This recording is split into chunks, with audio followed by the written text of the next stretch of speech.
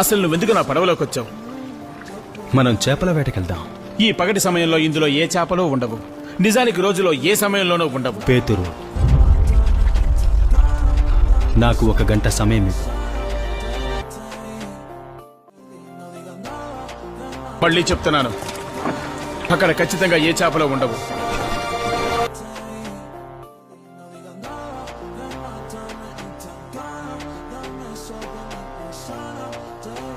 I am the Alpha and the Omega.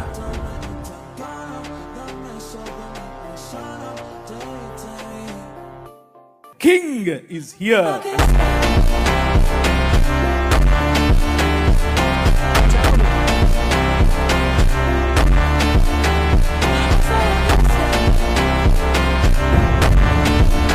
అసలు ఇది ఎలా సాధ్యం?